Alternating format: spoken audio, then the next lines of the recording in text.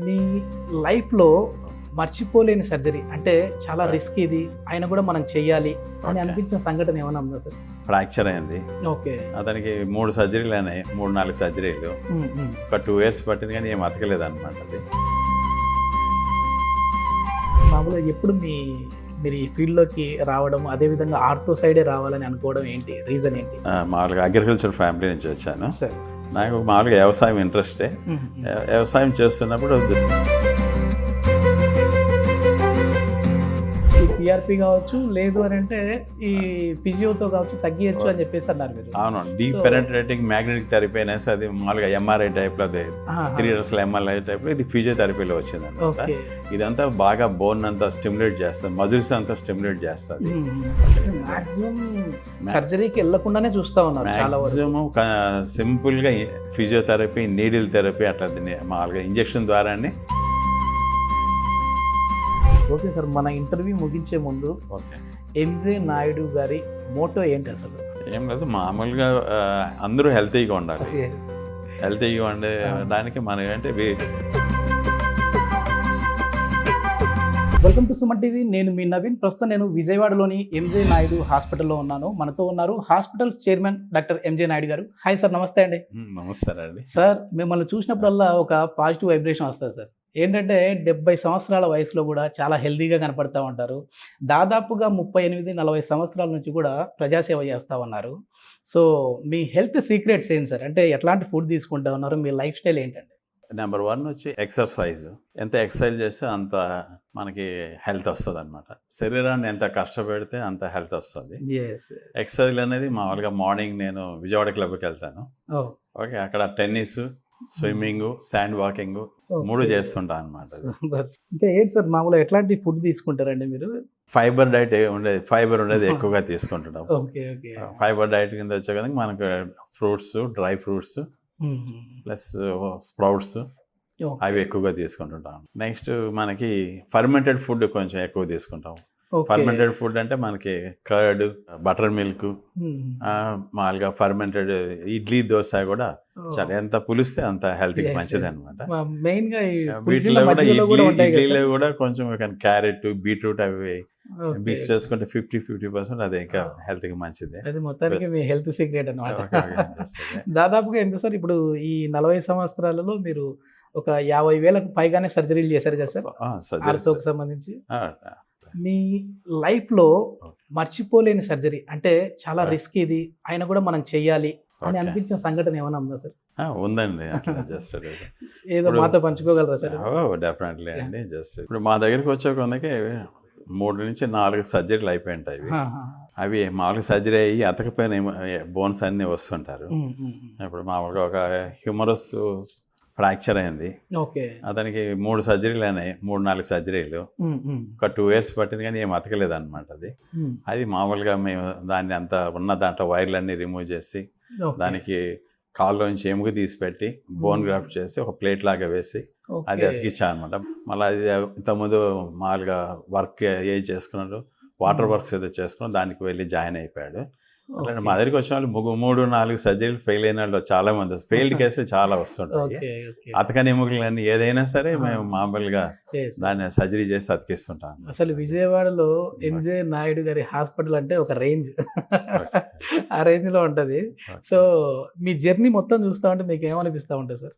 I feel very happy. అంటే patients ఇప్పుడు మా దగ్గరికి వచ్చి 20 years, 30 years బ్యాక్ సర్జరీ చేసుకొని వాళ్ళంతా యూఎస్లో సెటిల్ అయిపోయాము, లేదా అంతా మళ్ళీ వాళ్ళు వచ్చి కనపడుతుంటారు.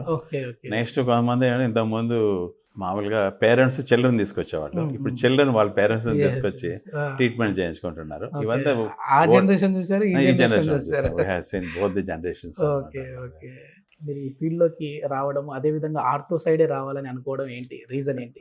మామూలుగా అగ్రికల్చర్ ఫ్యామిలీ నుంచి వచ్చాను. సార్. నాకు మామూలుగా వ్యవసాయం ఇంట్రెస్టే. వ్యవసాయం చేస్తున్నప్పుడు ఆ వ్యవసాయం కంపేర్ చేస్తే ఇది చాలా ఈజీ. ఇది దాంట్లో పడే కష్టం చేస్తే ఇది ఈ మెడిసిన్ కానీ సర్జరీ కానీ అనేది అది స్ట్రాంగ్ ఫౌండేషన్. మాకు హార్డ్ వర్క్ అక్కడ నుంచి వచ్చింది. ఇది సర్జరీ అనేది ఎన్ని గంటలైనా వీ కెన్ డూ ఇట్, నిలబడవచ్చు, చేయొచ్చు అనమాట. ఇప్పుడంతా మామూలుగా ఇంతకుముందు అంటే ఎక్కువ సర్జరీస్ ఉన్నాయి. ఇప్పుడు కూడా సర్జరీ లేకుండా నీడిల్ థెరపీతోనే వచ్చేస్తున్నాం చాలా వరకు అనమాట ఇప్పుడు అంతా. ఇప్పుడు సార్ మీరు అప్పుడు చూసారు కదా, అంటే ఆ ట్రీట్మెంట్ దాదాపుగా 40 సంవత్సరాల నుంచి కూడా ఈ ఆర్థోకి సంబంధించి ఉన్నారు. ఇప్పుడు టెక్నాలజీకి అప్పుడు టెక్నాలజీకి ఎట్లా మారిపోయింది సార్? ఇంతకుముందు బాగా ఎక్కువగా ఓపెన్ చేసి అన్ని రాడ్లు వేసేవాళ్ళం, అన్ని చేసాం, ఓపెన్ మెథడ్లో చేసేవాళ్ళం. ఇప్పుడు అంతా క్లోజ్డ్ మెథడ్లో చేస్తున్నాము. ఒకవేళ ఏదైనా బోన్ అతకపోయినా కూడా బోన్ మ్యారో ఇంజెక్షన్స్ అని అట్లా ఇచ్చి తగ్గిస్తున్నాము. నెక్స్ట్ వచ్చేసి మనకి జాయింట్స్లో చాలా మార్పు వచ్చేస్తుంది అనమాట. ఇప్పుడు ఇంతకుముందు అంటే మామూలుగా పెయిన్ కిల్లర్స్ వాడేవాళ్ళు, మేము మామూలుగా బిగినింగ్ నుంచి స్టెరాయిడ్స్ ఇచ్చేవాళ్ళం కాదు. ఒక 20 years నుంచి ఓజోను, పిఆర్పి అవి ఇస్తున్నాం అనమాట. అవన్నీ దాంట్లో ఏమంటే మనకు జాయింట్లు అవి పెరుగుతూ ఉంటుంది. ఇప్పుడు రీసెంట్గా మనం ఏమంటే జస్ట్ కొంచెం అన్ని ఆటో ఇమ్యూన్ డిసీజ్ కింద ప్రతి వారికి వాళ్ళకి కొంచెం డిసీజ్ మాడిఫైయింగ్ అనేసి కొంచెం లో డోస్ టాబ్లెట్స్ ఇచ్చిన తర్వాత ఈ నొప్పులన్నీ తగ్గిపోతున్నాయి అన్నమాట. పిఆర్పి అనేది బాగానే ఎక్కువ వంకర ఉన్నప్పుడు పనిచేయదు, వంకర తక్కువగా ఉన్నప్పుడు మామూలుగా ఎక్సర్సైజ్ ఎక్కువ చేసుకొని దాంట్లో బాగానే పనిచేస్తుంది. ఎంజే నాయుడు గారు అంటే ఇన్నోవేటివ్ థాట్స్ కి కేర్ ఆఫ్ అడ్రస్ అని వింటా ఉన్నాం మేము. హైదరాబాదు, బెంగళూరు, చెన్నై తరహాలో ఉన్న ఎక్విప్మెంట్స్ అంతా ఇక్కడ ఉంది. సో ఏంటి దాని రీజన్ ఏంటి? ఫిజియోథెరపీ అంటే ఒక ఆర్థోపెడిక్ సర్జన్ గా మీరు ఏదైనా ప్రాబ్లం వచ్చిందంటే సర్జరీ చేసేద్దాం అని చెప్పేసి అనుకుంటా ఉంటారు కదా డాక్టర్లు, కానీ సర్జరీ వరకు వెళ్లకుండా మనం ఈ పిఆర్పి కావచ్చు, లేదు అని అంటే ఈ ఫిజియోతో కావచ్చు తగ్గియచ్చు అని చెప్పేసి అన్నారు మీరు. అవును, డీప్ పెనట్రేటింగ్ మ్యాగ్నెటిక్ థెరపీ అనేసి అది మామూలుగా ఎంఆర్ఐ టైప్ లో, 3 years ఎంఆర్ఐ టైప్ లో ఇది ఫిజియోథెరపీలో వచ్చింది అనమాట. ఇదంతా బాగా బోన్ అంతా స్టిమ్యులేట్ చేస్తుంది, మజిల్స్ అంతా స్టిమ్యులేట్ చేస్తుంది, బోన్ ఫార్మేషన్ కూడా ఇంక్రీజ్ అవుతుంది విత్ దిస్ అనమాట. యూనియన్ రావడం, కొంతమందికి స్టిఫ్నెస్ ఉంటుంది, జాయింట్ స్టిఫ్నెస్. జాయింట్ స్టిఫ్గా ఉండే వాళ్ళకి అంతా సింపుల్గా దీంతో మనం ఫిజియోథెరపీ హ్యాండ్ స్టిఫ్నెస్, జాయింట్లన్నీ స్టిఫ్నెస్తో వస్తున్నారు. కొంతమంది ఒక 2 months 3 months తర్వాత మామూలుగా బిగిసిపోయి జాయింట్లన్నీ చేతులు పనిచేయలేకుండా స్టిఫ్గా ఉంటాయి. వాటన్నిటి కూడా దీని ద్వారా తగ్గిస్తున్నాం అన్నమాట.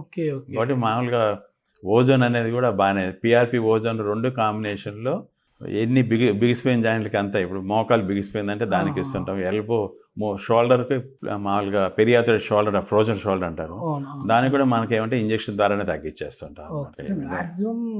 సర్జరీకి వెళ్ళకుండానే చూస్తా ఉన్నారు మాక్సిమం సింపుల్గా ఫిజియోథెరపీ, నీడిల్ థెరపీ అట్లా మామూలుగా ఇంజెక్షన్ ద్వారానే తగ్గించేసాను. అప్పట్లో అయితే మాత్రం ఏదైనా ప్రాబ్లం అయ్యి ఇదే అయిందంటే మాత్రం అట్లా ఓపెన్ చేసేయడం, మళ్ళీ మళ్ళీ క్లోజ్ చేసి పైన స్టిచెస్. ఇప్పుడు అంత లేదు, ఇప్పుడు అంత అవసరం లేదండి. ఇప్పుడు అంతా సాఫ్ట్ టిష్యూని ఎంత రెస్పెక్ట్ ఇస్తే అంత హీలింగ్ ఫాస్ట్గా ఉంటుంది. సార్, బోన్ హెల్దీగా ఉండాలి అంటే ఎట్లాంటి ఫుడ్ తీసుకోవాలి సార్? ఫుడ్ తీసుకోకముందు ఒక బటర్ మిల్క్ ఏమైనా తీసుకుంటే కొంత స్టమక్ నిండుతుంది. మార్నింగ్ లేదు, మామూలుగా ఎనీ టైం బటర్ మిల్క్ అనేది బెస్ట్ అన్నమాట. దాని తర్వాత మనం ఫుడ్ తీసుకునేటప్పుడు స్టమక్ 70% కంటే ఎక్కువ తీసుకోకూడదు. మనం స్టమక్ ఫుల్ తీసుకోకూడదు, తక్కువ తీసుకోవాలన్నమాట. 50 to 70% ఫుడ్ తీసుకోవాలి. నెక్స్ట్ మొబైల్ చూస్తాను, టీవీ చూస్తాను, ఫుడ్ తీసుకోకూడదు. మనకి మామూలుగా మైండ్ఫుల్ ఈటింగ్ అనమాట. చిన్నది కొద్దిగా నోట్లో అదే టేస్ట్ని ఎంజాయ్ చేస్తూ బ్రెయిన్ సాటిస్ఫై చేసి మనకి తక్కువ ఫుడ్ తీసుకుని చూడాలి, దాన్ని అలా చూసి ఎంజాయ్ చేయాలి ఫుడ్ అనేది. Vegetarian plant based food is the best food in the bone strength అనమాట. ఇది నాన్ వెజిటేరియన్ అనేది ఇది లేదు. నాన్ వెజిటేరియన్ కూడా ఏమైనా తీసుకోదలుచుకుంటే once a week fish is better among all the non vegetarian. Plant based food లో కూడా ఇప్పుడు ఆకుకూరలు బెస్ట్. ఆకుకూరలు, డ్రై ఫ్రూట్స్. ఇప్పుడు రైస్ ప్లేస్లో కర్డ్లో వెజిటబుల్స్ అన్ని వేసుకొని కూడా మనకు చేసుకోవచ్చు. వాటి ఫ్రైడ్ ఐటమ్స్ తగ్గించుకోవాలి. ఓన్లీ మామూలుగా 0 ఆయిల్ అనేది మంచిదే అది. ఆ విధంగా మనం మేనేజ్ చేసుకోవాలి. వీళ్ళంత వరకు మన బాడీ కొంచెం ఇంటర్మిటెంట్ ఫాస్టింగ్ అంటే మార్నింగ్ 10కి బ్రేక్ఫాస్ట్ చేసి ఈవినింగ్ 5 or 6 క్లోజ్ చేసి నైట్ బటర్ మిల్క్ అట్లాంటివి తీసుకోవడం బెటర్. ఇంటర్మీడియట్ ఫాస్టింగ్ అనేది హెల్త్కి మన పూర్వీకులు చేసిన మన ఇండియాలో హిందూస్గా పుట్టడం అనేది మన పూర్వీకులు మనకి చేసిన ఇది అనమాట. Yoga and plus intermediate fasting తీసుకున్నారు ఉపవాసాన్ని. మనం వాళ్ళవన్నీ జంక్ ఫుడ్లు అండ్ హైలీ ప్రాసెస్డ్ ఫుడ్లు అవి తీసుకొని మనం అన్ని డిసీజులు వస్తున్నాయి మనకి. సార్, గట్ హెల్త్ అనే మాట ఈ మధ్య చాలా వింటా ఉన్నాం మనం. అవునవును. సో ఈ గట్ హెల్త్ అనేది సరిగా ఉంటేనే మన బోన్స్, బాడీలో ఉన్న ప్రతి బోన్ కూడా బాగుంటుంది అని చెప్పేసి కూడా అంటూ ఉంటారు. అసలు ఈ గట్టికి ఈ బోన్కి ఉన్న రిలేషన్ ఏంటి? అదే మనకి మామూలుగా గట్స్ ఉంటే మనం ఏదైనా సాధించగలుగుతాం. గట్స్ వచ్చేసి మనకి గట్ హెల్త్ మీద ఆధారపడి ఉంటుంది. గట్లో ఎంత మంచి ఇప్పుడు బ్యాక్టీరియా అంతా కూడా మినీ వరల్డ్ లాగా ఉంటుంది అది. అవి మనకేమంటే మనకి ఎంత ఫైబర్ డైట్, ఎంత ఫర్మెంటెడ్ ఫుడ్ ఇస్తే అంత గుడ్ బ్యాక్టీరియా వస్తుంది. దాంట్లో నుంచే మనకి షార్ట్ చైన్ ఫ్యాటీ యాసిడ్స్ అన్నీ వస్తాయి. అవన్నీ కూడా మనకి బోన్ స్ట్రాంగ్ చేస్తుంది, బోన్ ఫార్మేషన్ వస్తుంది. నెక్స్ట్ వచ్చేసి మనకి విటమిన్ కే ఒకటి వస్తుంది, అది కూడా మనకి బోన్లో డిపాజిషన్ చేస్తుంది. Calcium plus osteoblast bone formation అంతా ఉంటుంది. ఇది బోన్ నుంచి బయటికి రాని కూడా కొంచెం అవాయిడ్ చేస్తాను అనమాట. అది బోన్ స్ట్రాంగ్ అయ్యేది, ఆస్టియోపోరోసిస్ ప్రివెంట్ చేసేది గట్ అనమాట. దాంట్లో రిలీజ్ అయిన ఇవన్నీ కూడా ఒబేసిటీ రాదు, దాంట్లో కూడా హార్మోన్స్ అన్నీ రిలీజ్ అవుతాయి. మనకి హార్మోన్స్ రావు, మనం హ్యాపీగా ఉంటాము. అంటే మన ఎంత హ్యాపీ హార్మోన్స్ అన్నీ కూడా గట్ల నుంచి రిలీజ్ అవుతాయి. మనం లేజినెస్ తగ్గుతుంది, మనం ఎంత యాక్టివ్గా ఉండాలంటే ఇది మెయిన్ అనమాట. సార్ ఇప్పుడు మార్నింగ్ టైంలో వచ్చే సన్లైట్ అనేది చాలా ఇంపార్టెంట్, దాని నుంచి మనకి డి విటమిన్ వస్తుంది అని చెప్పి వింటా ఉన్నాం. అవునవును. కానీ ఇప్పుడు అంటే ఇక్కడ ఓకే, ఇప్పుడు సిటీ కల్చర్ వచ్చేసింది, ఎక్కడ చూసినా అపార్ట్మెంట్ కల్చర్, అసలు ఆ సన్లైట్ అనేది పడకుండా ఉంది. సో దాని రీప్లేస్ ఏంటి సార్? అంటే అది ఫుడ్తోనా, లేకపోతే ఏమైనా సప్లిమెంట్స్ రూపంలోనా, లేదంటే ఎట్టో కొట్టు సన్లైట్ పడాలంటే? పొల్యూషన్ ఒకటి ఉంది, పొల్యూషన్ కూడా విటమిన్ డి కొంచెం తక్కువ ఉంది. అది కూడా సన్లైట్ మనకి మినిమం ఒక 10 to 2 లోపల అట్లయితే, మామూలుగా అయితే 12 o'clock అప్పుడు కొంచెం బెస్ట్ అనమాట. అప్పుడు మనం ఎండలో నిలబడి మనం బట్టలు తక్కువగా వేసుకోవాలి. అది మామూలుగా పాజిబిలిటీ ఉంటుంది. మామూలుగా వ్యవసాయం చేసేవాళ్ళు, వర్క్ చేసేవాళ్ళు ఓపెన్గా వాళ్ళకి ఉపయోగం ఉంటుంది. మనకి కష్టం అంటే మనకి సప్లిమెంట్స్ తీసుకోవడం బెస్ట్. విటమిన్ డి చాలా ఇంపార్టెంట్ అనమాట. విటమిన్ డి సప్లిమెంటేషన్లో మనకి సైడ్ ఎఫెక్ట్స్ ఏమి ఉండదు, అవి తీసుకోవడం అనమాట. విటమిన్ అన్ని జబ్బులకి కూడా, బాడీ పెయిన్స్ ఇవన్నీ, మజిల్ పెయిన్స్ ఇవన్నీ కూడా విటమిన్ డి తగ్గినప్పుడు వస్తుంటుంది. మేము 4 స్కూల్ పిల్లలు కూడా చూస్తున్నాము, వాళ్ళకి అందరికీ 10 అట్లా ఉంటుంది, చాలా తక్కువ ఉంటుంది. ఈవెన్ ఇంటర్మీడియట్ తక్కువ ఉండే వాళ్ళు కూడా చాలా తక్కువ ఉంది విటమిన్ డి అనేది. వాళ్ళకి ఎండకి ఎక్స్పోజర్ లేదు, గేమ్స్ ఏం ఆడటం లేదు, వాళ్ళందరూ ఏసీ కొన్ని లేదంటే మామూలు రూమ్ లో ఉన్నారు, బయట ఎక్స్పోజర్ లేదు. Only studies, no games, nothing. Mobile వచ్చిన తర్వాత అందరూ ప్రాబ్లం వచ్చేస్తుంది. మామూలుగా ఇది ఎంత విటమిన్ ఉంటే మనకి డి విటమిన్ ఎంత ఉంటే హెల్దీగా ఉన్నట్టు? మామూలుగా 30 ఉండాలి. 30 ఉండాలి. కానీ ఇప్పుడు 10 ఉండడమే కష్టం అయిపోతుంది. మామూలుగా ప్రతి ఒక్కరికి తక్కువ ఉంది, అది 90% అందరికి తక్కువ ఉంది మన ఉండే పాపులేషన్ అందరికి అనమాట. దాని బదులు ఒక వీక్లీ వన్స్ 10 weeks వేసేసుకున్నా సరిపోతుంది. టెస్టులు చేయించుకోవడం లేదనుకుంటే ఒక 10 weeks వాడుకోవడం మనకి ఆల్టర్నేటివ్ అనమాట. సార్ ఇప్పుడు అసలు మాకు మోకాళ్ళ నొప్పులు వచ్చేసారు, కానీ మేము మెడికల్ స్టోర్కి వెళ్ళాము, ఏదో ఒక పెయిన్ కిల్లర్ తీసుకున్నాము, తగ్గింది, అప్పటికి మళ్ళీ రిపీట్ అవుతుంది, మళ్ళీ అవే టాబ్లెట్స్ అట్లే కంటిన్యూ అవుతూ ఉంటుంది. సో మేము అసలు మోకాళ్ళ నొప్పులు వచ్చిన తర్వాత డాక్టర్ దగ్గరికి ఎప్పుడు విజిట్ అవ్వాలి సార్? మామూలుగా పెయిన్ కిల్లర్స్ ఎక్కువ వాడకూడదు మామూలుగా. అదేంటే కొంతమంది పల్లెటూరులో చూస్తుంటే వాళ్ళు కంటిన్యూస్గా ఇయర్స్ టుగెదర్ వాడేసి లాస్ట్లో వాళ్ళకి కిడ్నీ ప్రాబ్లం వస్తుంటారు. ఏదో మామూలుగా కొద్ది రోజులు ఒక 5 days అట్లా వాడుకొని, ఒకవేళ తగ్గకపోతే దగ్గర ఉన్న డాక్టర్ గారిని ఒకసారి కన్సల్ట్ చేయడం, ఒకసారి కిడ్నీ టెస్ట్ కూడా చేయించుకోవాలి. కిడ్నీ టెస్ట్ ఏదైనా ప్రాబ్లం ఉందంటే అసలు వాడకూడదు, అది వాడకూడదు. నెక్స్ట్ అనేది మామూలుగా పెయిన్ కిల్లర్స్ కంటే కూడా బెస్ట్ వచ్చి ఎక్సర్సైజ్లు. ఎంత బాగా ఎంత ఎక్సర్సైజ్ చేస్తే అంత రిలీఫ్ వస్తుంటుంది, అదే మన బాడీని స్ట్రెంథెన్ చేస్తుంది అంటారు. మెయిన్ ఎక్సర్సైజ్ అనమాట. కొంతమంది ఏమంటే నడవద్దంటుంటారు, కొంతమంది మెట్లు ఎక్కద్దు. అదే సార్ నెక్స్ట్ క్వశ్చన్. ఎందుకంటే కొద్దిమంది డాక్టర్లు ఏమో అసలు వాకింగ్ చేయొద్దు అంటారు, కొద్దిమంది ఏమో లేదు వాకింగ్ చాలా బెస్ట్ అంటారు. మీరు కూడా నాతో చెప్పారు వాకింగ్ అనేది చాలా మంచిది నవీన్ అని చెప్పేసి అన్నారు. సో వాకింగ్ చేయాలా వద్దా అండి? వాకింగ్ చాలా మంచిది. మామూలుగా అంటే అబోవ్ 85 kgs అంటే వాళ్ళు తక్కువ వాకింగ్ చేసుకొని ఎక్కువ సైక్లింగ్ అండ్ స్విమ్మింగ్ బెస్ట్ అనమాట. రోడ్డు పడుతుంది జాయింట్ మీద, నీ పెయిన్ పడుతుంది. ఓవర్ వెయిట్ ఉన్నవాళ్ళు, మనకి పెయిన్ లేనంత వరకు ఎంతవరకు నడిస్తే అంత మంచిదే. వాకింగ్ మంచిది. వాకింగ్ కూడా మామూలుగా మట్టి రోడ్డు మంచిది, లేదంటే శాండ్ లేదా గ్రాస్ మీద మెత్తని దాని మీద నడవాలి. సిమెంట్ రోడ్డు, తార్ రోడ్డు మీద నడిస్తే అంటే అది మామూలుగా నీ జాయింట్ మీద ఎక్కువ స్ట్రెయిన్ అవుతుంది అనమాట. Shock absorbs. ఇది మట్టి రోడ్ అయితే అదే ఎర్త్ మామూలుగా షాక్ అబ్జార్బ్ లాగా పనిచేస్తుంది అనమాట. అది బెస్ట్ అనమాట. అది లేదనుకోండి మనకి సిమెంట్ రోడ్డు మీద నడవకూడదు, తార్ రోడ్డు మీద మెటల్ రోడ్డు మీద నడవకూడదు అనమాట. ఇంకా దానివల్ల ఏదన్నా అంటే మనం శాండ్లోకైనా నడవచ్చు. శాండ్ కానీ ఉంటే 1.5 times వస్తుంది అనమాట ఎక్సర్సైజ్. దగ్గరలో శాండ్ ఉంటే బేర్ ఫుట్ నడిస్తే ఇంకా మంచిది అనమాట అది. మామూలుగా అంటే ఇప్పుడంతా హెల్త్కి మంచిది అన్నారు బేర్ ఫుట్ అని, నర్వ్స్ అని స్టిమ్యులేట్ అవుతుంది. అదే. ఓకే సార్, ఇప్పుడు మామూలుగా మోకాళ్ళ ఆపరేషన్ అనేది ఏ స్టేజ్లో అవసరం పడుతుంది సార్? ఎందుకంటే కొద్దిమంది కంగారు పడిపోయి పెయిన్ రాగానే ఫస్ట్ స్టేజ్లో సార్ మీరు వద్దన్నా సార్ మాకు ఆపరేషన్ చేసేయండి సార్, ఆపరేషన్ చేసి అనే వాళ్ళు ఉంటారు. కొద్దిమంది 4th stage వచ్చినా సరే మాకు ఆపరేషన్ వద్దండి బాబు, టాబ్లెట్లు ఇవ్వండి అంటారు. సో అసలు ఏ స్టేజ్లో ఇది మనం సర్జరీకి వెళ్ళాలంటే? ఓకే, అంటే ఇప్పుడు మోకాళ్ళ అరుగుదలకు కూడా కాల్షియం ఒకటి ఇంపార్టెంట్. ఆస్టియోపోరోసిస్ ఉంటే దాన్ని బాగా ట్రీట్ చేయాలి. ఆస్టియోపోరోసిస్ ఉంటే మనకు ఒక పక్కన అరిగిపోతూ ఉంటుంది అండి, బోన్స్ మెత్తగా ఉండి అనమాట. కాబట్టి ముందు మనం అన్ని కరెక్ట్ చేసుకోవాలి. ఏది మనకి బోన్ స్ట్రెంగ్త్ తోటి ఇంప్రూవ్ చేసుకోవాలి. ఆస్టియోపోరోసిస్ బాగా కరెక్ట్ చేసుకొని బాగా ఎక్సర్సైజ్లు, కాల్షియం, విటమిన్ D3 అవన్నీ కరెక్ట్ చేసుకోవాలి. నెక్స్ట్ స్టేజ్ 4 ఉన్నప్పుడు కూడా కొంచెం రీప్లేస్మెంట్కి వెళ్తాం అనమాట. బోన్ టచ్ అయిపోయి వాళ్ళు కూడా ముందు మనం బోన్ స్ట్రెంగ్తనింగ్ చేయాలన్నమాట. ఈ మామూలుగా గ్రేడ్ 1, 2, 3 వరకే మనం ఏమంటే జస్ట్ మెడిసిన్స్ మేనేజ్ చేస్తాం అనమాట. అది ఇప్పుడంతా low dose disease modifying drugs అని ఇస్తున్నాము. గ్రేడ్ 3 కూడా బాగా పనిచేస్తున్నాయి. ఇప్పుడంతా మనకి అంతా పొల్యూషన్ ఇవన్నీ అరుగుదలను కూడా ఒక ఆటో ఇమ్యూన్ డిసీజ్ కింద తీసుకొని కొంచెం లో డోస్లు ఇచ్చినప్పుడు అంతా మోకాలు కొంచెం స్వెల్లింగ్తో వస్తుంటారు, వంకర ఉంటుంది వాళ్ళకన్నీ. ఇవన్నీ బాగానే పని. ఎక్కువ వంకర ఉన్నట్టు కొంచెం బెల్ట్ లాగా ఇచ్చి కొంచెం కంట్రోల్ కొద్దిగా వాడుకొని అట్లా మేనేజ్ చేయమని. ఈ వంకర ఉన్న వాళ్ళకి కూడా మరి ఓపెన్ సర్జరీ అనేది కాకుండా మనం బయట నుంచే టెక్నాలజీ అనేది ఒకటి వచ్చిందని విన్నాను సార్. అవును, ఇప్పుడు మామూలుగా అంటే యూజువల్గా డోమ్ ఆస్టోటోమ్ అని చేస్తున్నాము. హైటీబీ లాస్టాటమ్ అనేది అది చేసిన వంకర కరెక్ట్ చేసే కొద్దిగా వాళ్ళకి మళ్ళీ జాయింట్ రీజనరేట్ అవుతుంది అన్నమాట. కార్టిలేజ్ రీజనరేట్ అవుతుంది మామూలుగా. కొంచెం ఓవర్లోడ్ మనకి H2 అంటే ఒక పక్కన అరిగిపోయినప్పుడు దానికి ఏం చేస్తాం మామూలుగా హైటీబీ లాస్టాటమ్ అని చేస్తాము. హైటీబీ లాస్టాటమ్ చేసినప్పుడు ఆ వంకర అంతా పోతుంది, బరువు అంతా సెంటర్లో పడుతుంది. అప్పుడు ఆ విధంగా చేస్తాను. మా 45 ఏళ్ళనే వస్తున్నారు మా దగ్గర, 30-45 ఏళ్ళని వంకరలతో వస్తున్నారు. వాళ్ళకి జాయింట్ రీప్లేస్మెంట్ అయితే ఫెయిల్ అయిపోతుంది అన్నమాట. కాబట్టి మామూలుగా జాయింట్ రీప్లేస్మెంట్ ఎక్కువగా 65 సంవత్సరాలు దాటిన వాళ్ళకి చేస్తున్నాం. అది కూడా మెడిసిన్స్ వాటిలో అంతా ఎక్సర్సైజ్లు వాటిలో తగ్గినప్పుడు చూస్తున్నాం.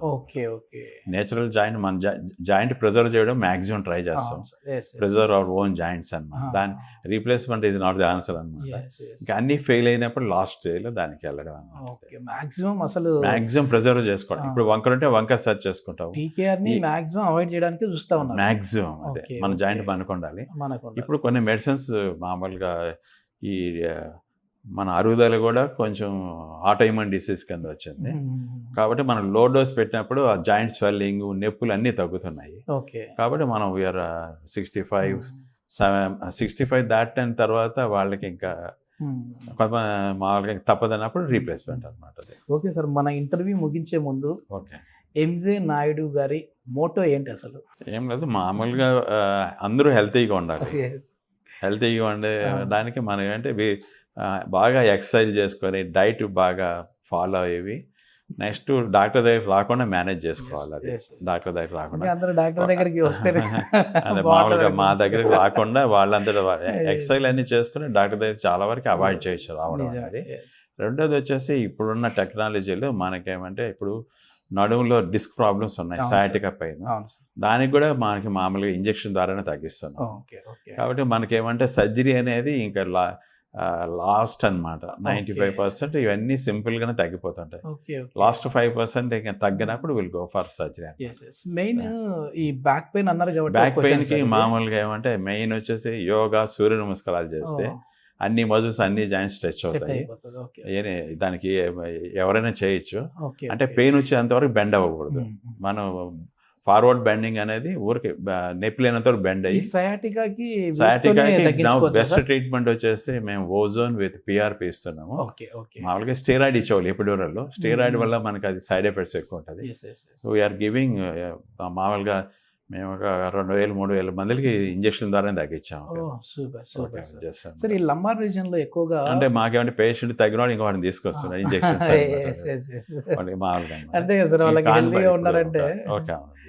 ప్రతి ఒక్కరికి సర్జరీ అనేది కూడా భయం వేస్తుంది. సర్జరీ చేయించుకొని వచ్చిన వాళ్ళు కూడా తగ్గిస్తున్నాను అనమాట ఇంజక్షన్ ద్వారా అన్నమాట.